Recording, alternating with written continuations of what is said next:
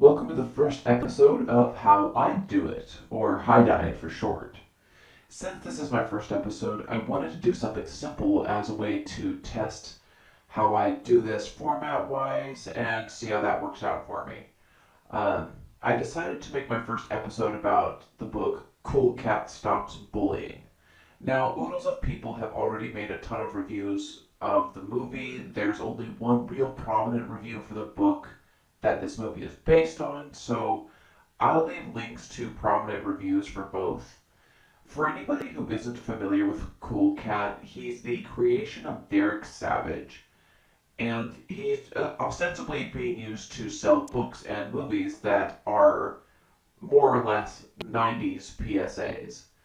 To start with, Cool Cat was Derek's imaginary friend in childhood.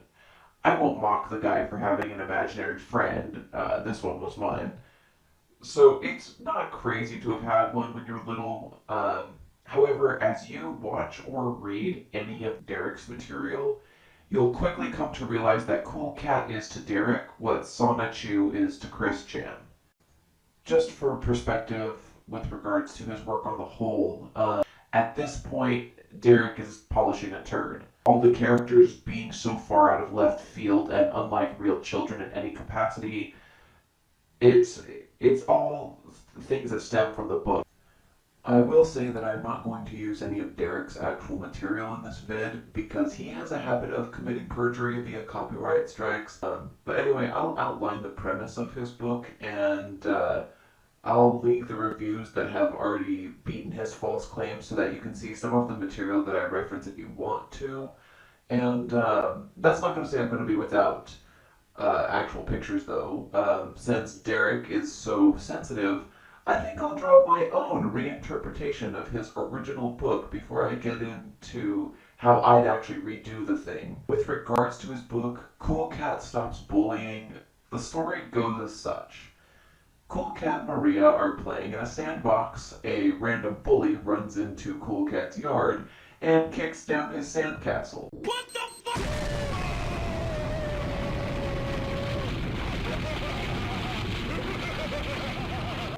He and Maria run to tell Cece's parents, and his mother tells him just to shout at the bully as loud as he can because, she can't be asked to go watch her kids in her own backyard, I guess.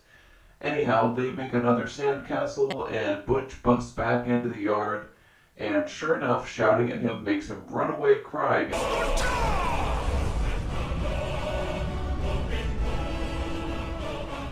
And somehow that's a win? Yeah, the book isn't very good, and the title should be more along the lines of Cool Cat yells at a bully because mom said so. There are also bad writing choices, such as Maria staring lovingly at Cool Cat, and that's a direct quote, so, make of that what you will. Because I guess Derek wanted him to be swooned over at the age of 10. Just, ew. The book doesn't really achieve any point, the artwork doesn't suit it, and the script is just one long, unbroken sentence that no child at any age could sit through. Anyway, all of the strangeness of this movie, and especially of his children's book, kind of got me thinking about how I would have done it better. I love writing and editing is my thing, so I decided to take the basic premise of his book and rework it. So this is how I do it. To start with, the first thing I'd change is very basic. The character. Cool Cat might sound like some sort of interesting branding to Derek, who still seems to think it's 1990, but to me it sounds hollow. Thus, I'll change our main character's name. We'll call him Oliver, or Ollie for short. I'm also going to change up Ollie's design a little to make him more cat-like than his representation in Derek's book. No offense to Robert Rainbow, as there was some clear effort put into it, but the bobblehead and muscled body doesn't really give quote-unquote Cool Cat a childlike look. He looks like a mascot, and to that end, an adult body wearing a cat head, it comes off rather off-putting design-wise. So I've made him more kitten-like. Also, we're not calling the dad or the mom characters Daddy Derek and Mama Cat. So instead, they're just mom and dad until a name is relevant. Now, design-wise, Butch will not look like he did in the book due to the same problem. The bully looked like an adult and not a child. So we'll go all out and make the cast animals in its entirety. So Ollie isn't so out of place, essentially. We'll stick with this instead and change his name to something less obviously aimed at making him villainous. So we'll go with Buck, since it can be either used for a hero or a villain, and thus outline his role a little bit as someone who could, be in between. Maria's got the same issue. We're going to redesign her like so, and call her Mari, since we're rewriting everything anyway. Okay, so we've got the basic designs handled. Now we're just going to switch up the narrative. I won't be following the story of Derek's book because it seems to me that that was actually a personal experience of Derek's. I don't have any evidence of this, but that's just kind of what it feels like when I read it. The portrayal of the bully in the book and the movie it seems very specific to me. So we'll make this story applicable to people other than Derek Savage. To start with, I want to change the scene where we originally find our characters, because I don't know about any of you guys, but when I was 10 years old, I was a little too old to be playing in the sandbox. And since that's generally about the age that Derek wanted his characters to be, I think we'd more likely find them on a school playground. So that's where I've got these guys started out. And, I'm not playing hopscotch because I remember, being about that age and still playing hopscotch at least. So we'll roll with that. And we can kind of see like Mari and Ollie enjoying time on the playground. And just to kind of put in some points, Mari could be enjoying her really nice lunch that her mother made for her. And, Ollie could be really excited about his new jacket because, that could be a thing. And in the background, we kind of see Buck is hanging around back there. He sneaks up on Ollie and, pulls his tail to throw him off of his game. And of course, since Mari is Ollie's friend, she comes to his defense. And, I don't know, I could assume that other books came first, and so it's well established that Buck is a bully at this point. So, Mari throws some paper at him, tells him nobody likes him, and other kids on the playground have started to take notice of the problem and decided to, go and get the teacher and get Buck in trouble. And so in the next scene, of course, we can see him being admonished.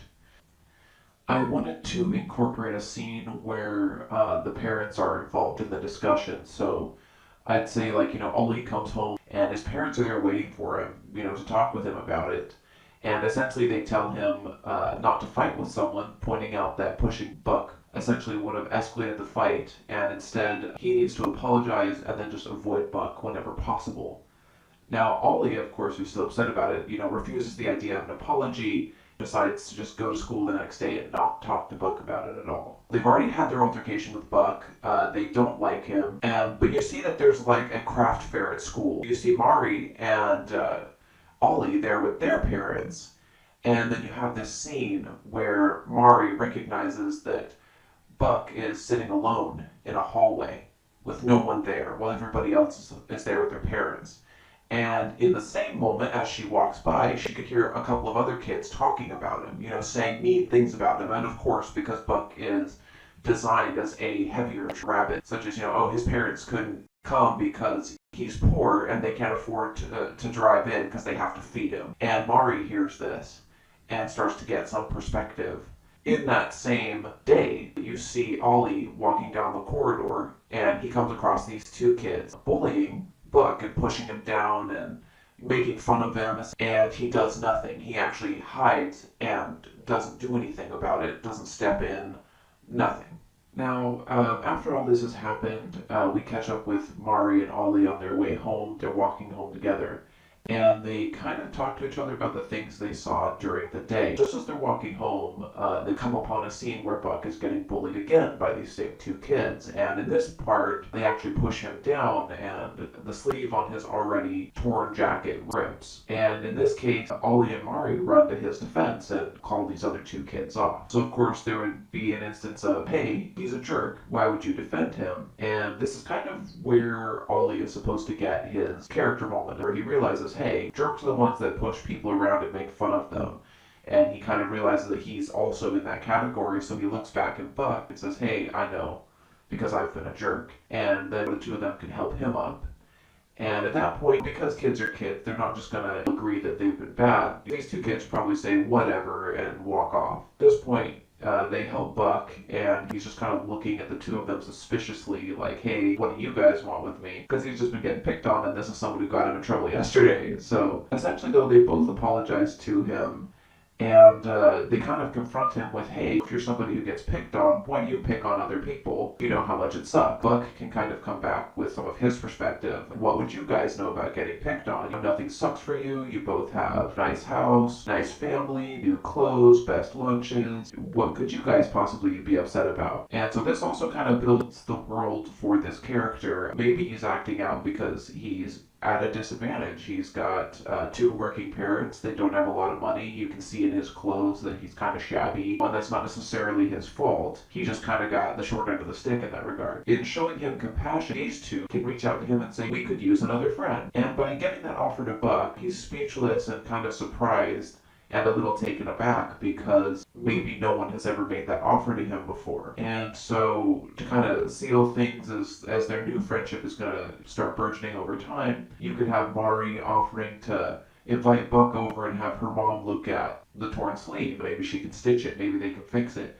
And while they wait for her to fix the jacket, Ollie says, hey, I can bring snacks over from my house and we could all play. You see these kids trying to come up and understand someone they had previously made out to be an enemy who was just someone who's struggling to figure out his place in the world. And the very last page should show the three of them walking home, and for the first time, you see the first real smile on Buck's face. Maybe tears in his eyes because, again, he's been given an offer that has possibly never been made to him. This is how I would choose to tell this story, particularly because I feel that ham-fisted messages are ridiculous, especially to children. I remember all of the stupid Dare PSAs and Stranger Danger videos that we were forced to watch when I was a kid, and I was incredulous about them even then, so telling a good story is the best way to share a message. And it also helps if parents can read that story or watch that movie and not feel just embarrassed on behalf of the film or story itself. Well, if you made it to the end of my video, congratulations. You did it.